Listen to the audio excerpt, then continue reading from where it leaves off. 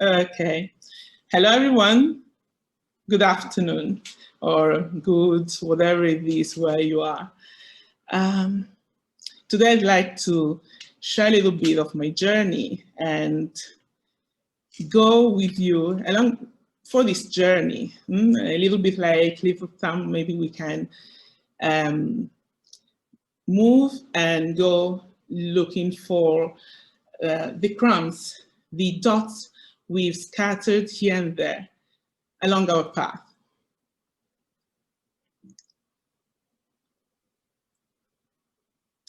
Three dots.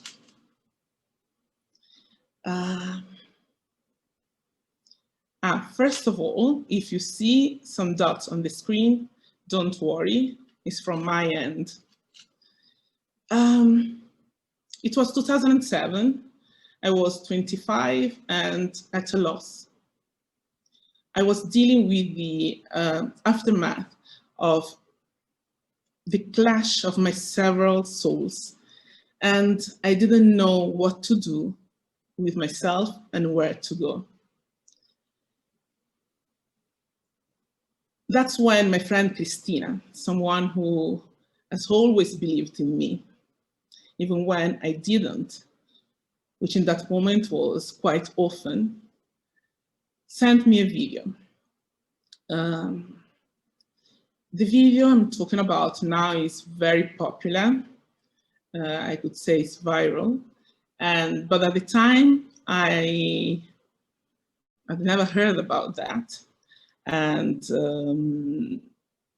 I didn't know that it would become part of all the motivational journeys and one of the most quoted sentences in the world. Besides the very uplifting, stay hungry, stay foolish, that it said, so dear to all our WhatsApp profiles and so, there was a passage that spoke to my heart. There was a passage that I felt held the key for something that was real for me, for some truth that wasn't clear. I didn't know what was it about, but I knew it meant something.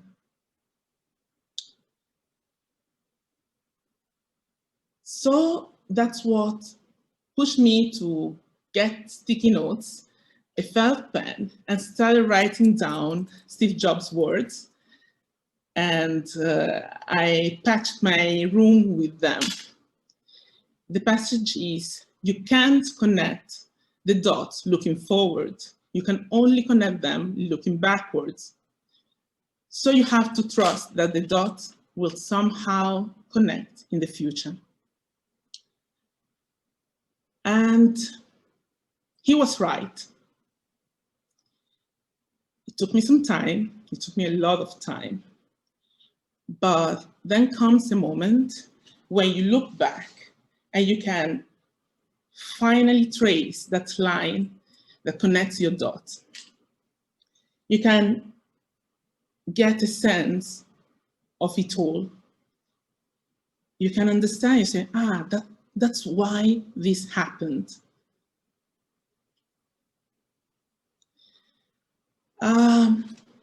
Let me ask you, are you ready to look back and connect the dots? What are your dots? Have you been there? If you want, you can type your answers in your, you know very well how it works, probably better than me, then maybe you can look at them later. So, we're saying it before, one of the dilemma every person that approaches English and teaching English as a non-native English teacher is, am I good enough? Is my English good enough?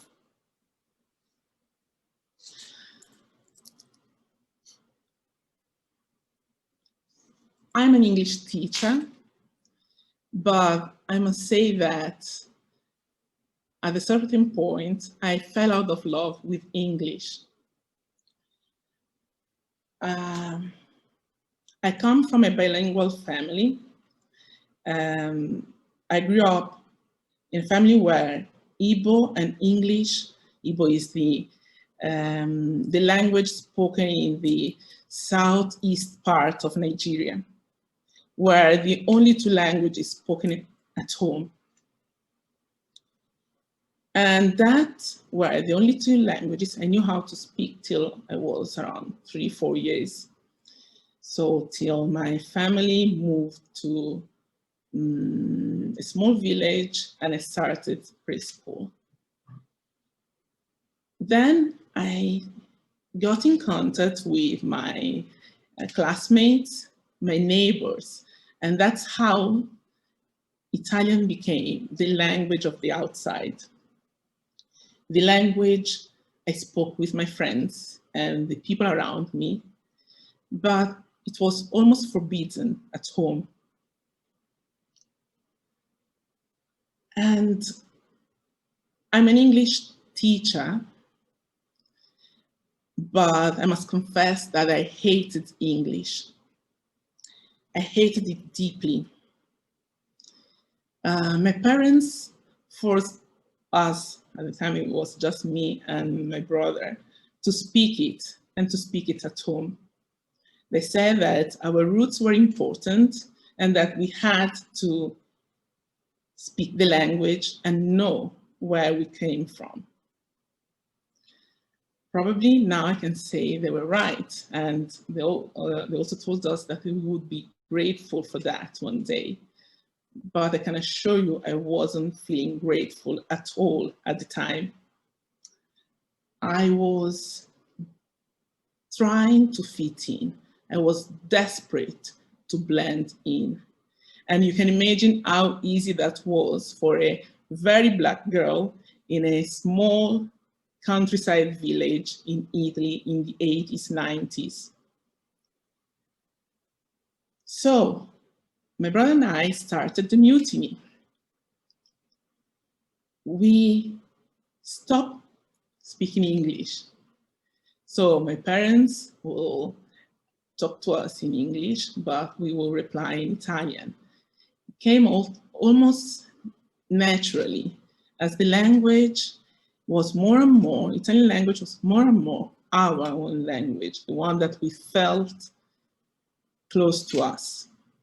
English was the language we would speak with our relatives, people that came to visit us or when we traveled, but it wasn't our language. But that's also how we started losing it. It was only in middle school that I realized that my superior knowledge of English was cool somehow, made me part of the cool crowd. In Italy, you don't study English at the time, now it's different. In primary school, you didn't study English, just Italian.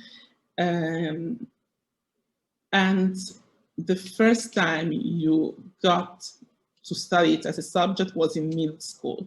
So I had a very cool English teacher, but more than that, was always praising me for my effort and so on.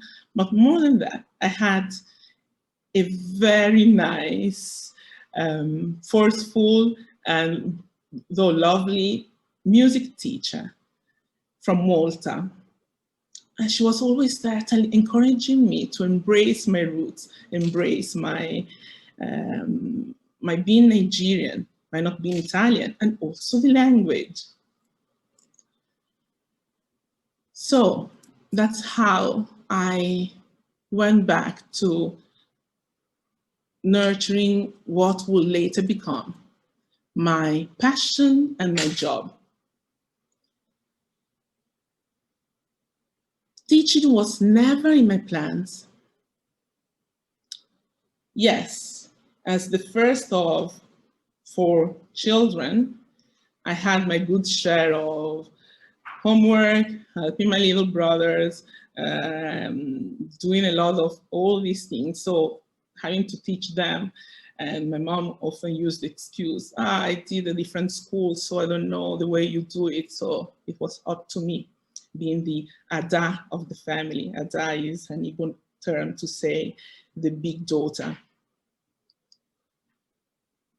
And also, for some reason, I always had an eye for weaker classmates, and I always tried to help them.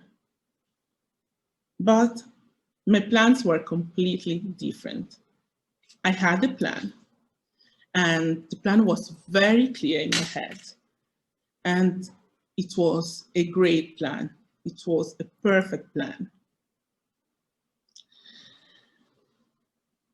I was in love with the brain, in love with neuroscience, and that came with it.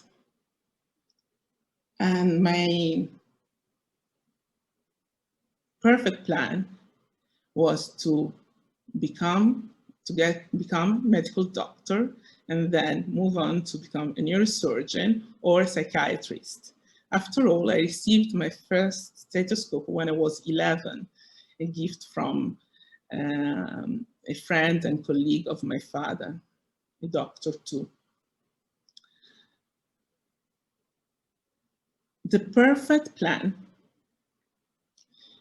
but after a few years in medical school, I realized that it was the perfect plan for someone else, not mine. I tried really hard to fit myself in the plan. I didn't want to give up on that plan. I clung to it with all my strengths, but it wasn't working. My family had gone through a devastating loss that changed completely our situation, how we were, and what we had to do. So I knew that if I wanted to go on with my plan, I had to provide for my tuition, and not just that. That was how I started tutoring school kids. My years helping my brothers and other classmates finally added up to something. Some of these kids, yes, they needed some training in English, but that wasn't, in most of the case, the issue. Most of them had issues that were quite different from simple laziness. They went well beyond that. And that tickled my curiosity. I started researching all I could on learning disabilities, which was quite a new concept in 2006, 2007. I didn't know it at the time, but that was, if not the first, one of the main dots. I was still engulfed in my medical studies, still trying to make my plan work.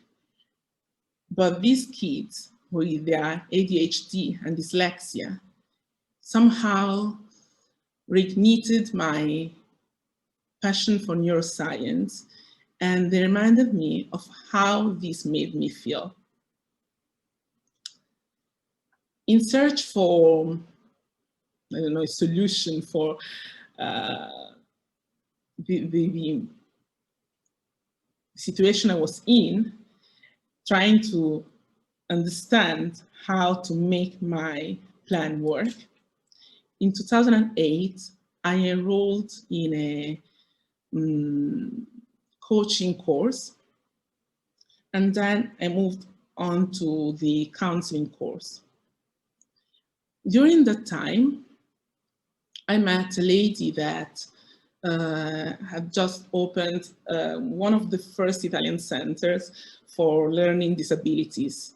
She was a mom with a kid that had dyslexia, and she had problem finding someone to help her. That's why she started studying and to help her kid, and then she opened this center. I didn't know it at the time, but that meeting was really important.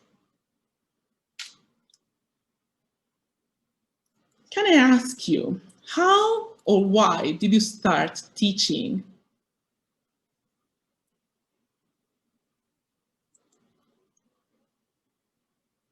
You can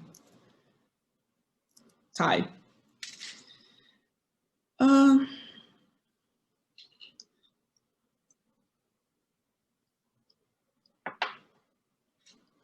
At the time, I had also started giving some English classes. When they first asked me, I didn't really feel like doing it. I wasn't ready. I wasn't up to the task. Yes, I loved English. I was studying English, but I wasn't a trained native English speaker. And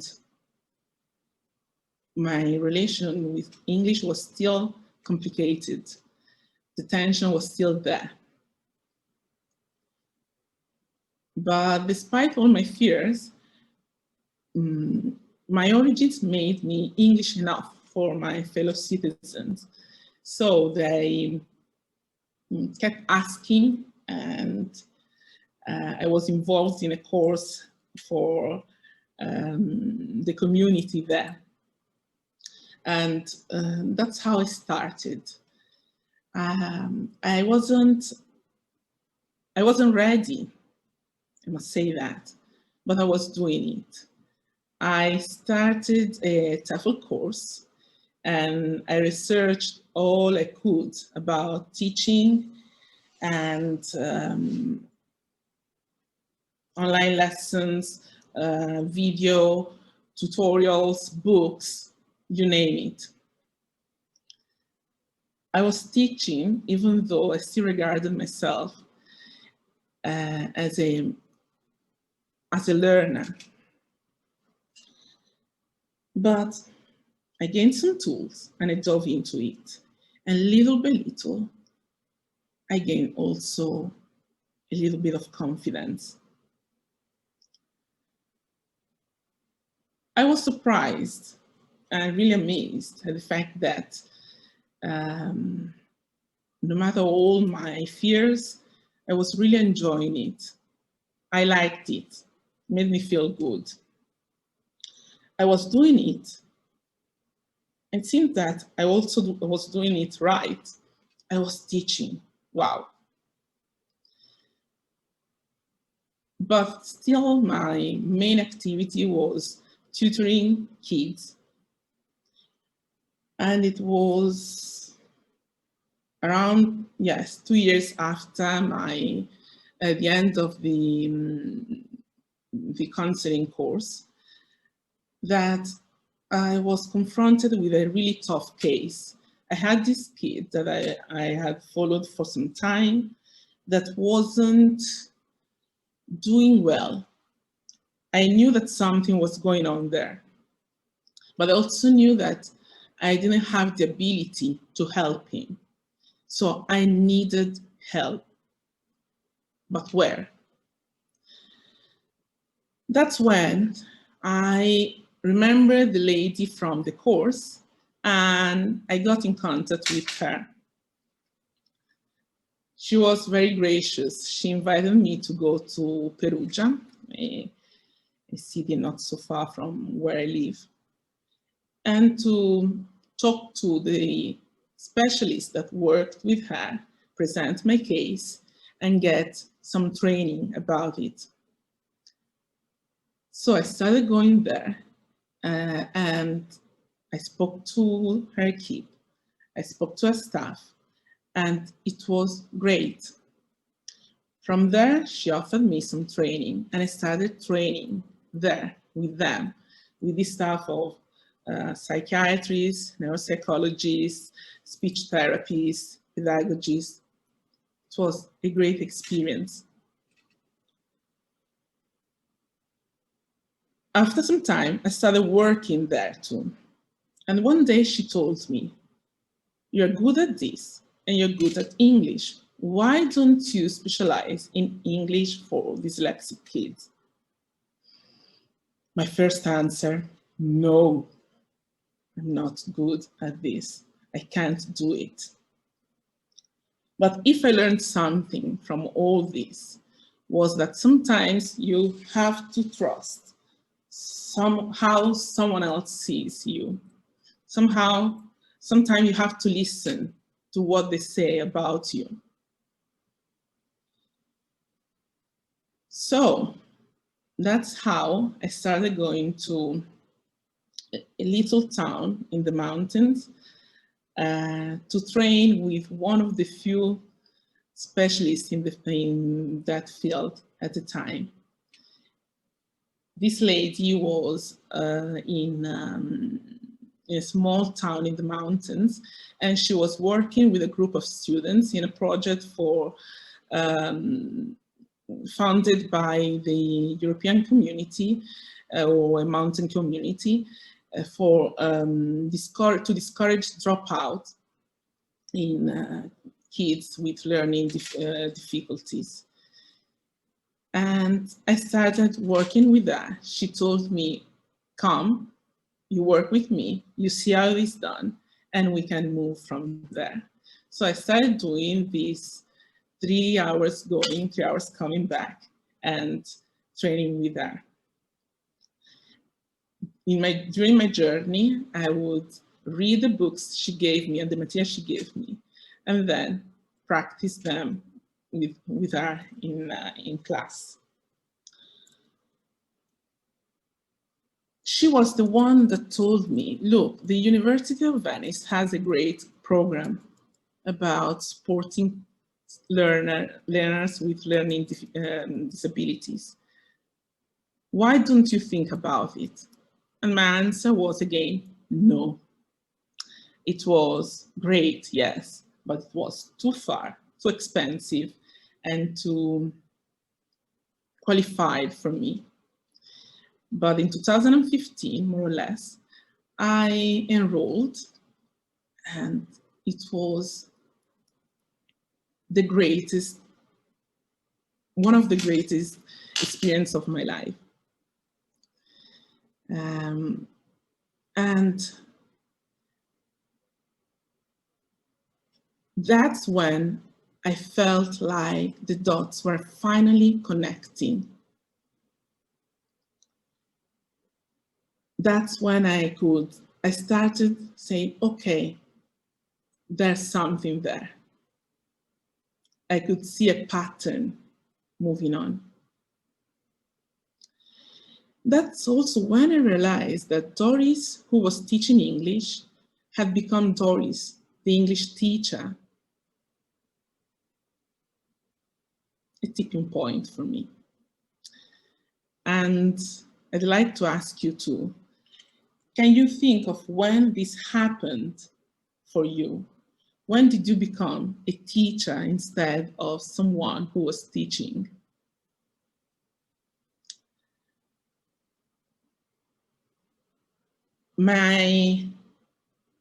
From that moment, my career started growing. I started taking seriously the fact that I was a teacher and I was making my living, doing my things. I was recognized by people as a teacher. It was a shocking realization, and being a teacher was now part of my identity. It somehow defined me. And as it often happens, when you start moving, things move too. And from being a teacher, I also started training people in working with dyslexic students, and also taking part, speaking in public events, and that was surprising too. One thing led to another. So this is one of the things. I was working with kids, I was working with the center, and the work was quite, there was a lot of variety. So one thing led to another, and in 2018, I was invited to a national conference at the University of Reggio Calabria in the south of Italy. And I was invited to talk about supporting learners with learning difficulties in the English classroom. An awesome experience, and really awesome.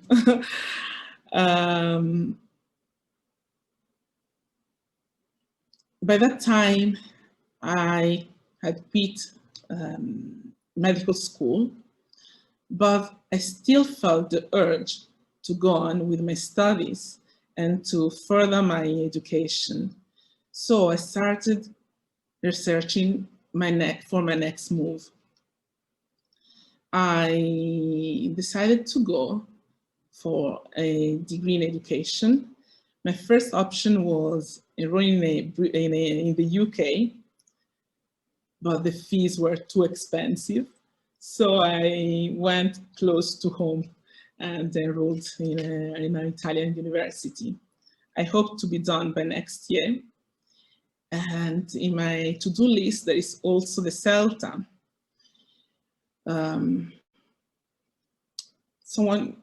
Yes, I think Ms. Phillips was saying it before, these times are quite trying and we should make the best use of it. And I hope to be able to do the CELTA also in this time, thanks to the many online courses that now they have.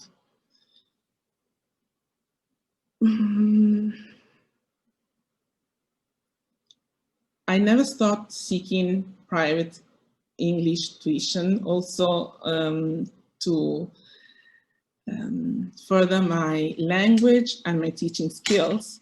And that's how I came to be here today. Thank you, Chris. And as I was standing in front of that daunting audience at the national conference in 2018, there were about 500 people staring at me. I thought, that is it.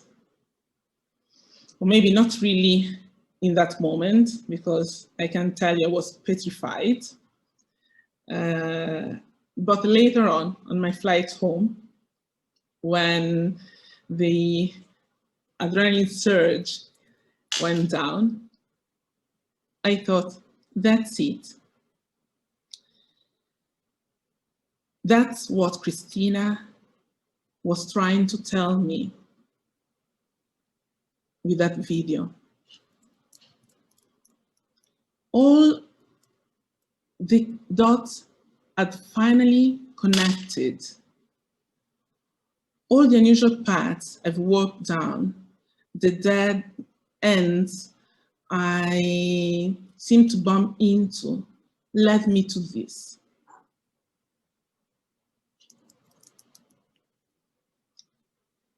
So, looking back at the dots that connected to bring me here, I do wonder what the next dot is going to be. Thank you. Thank you for listening.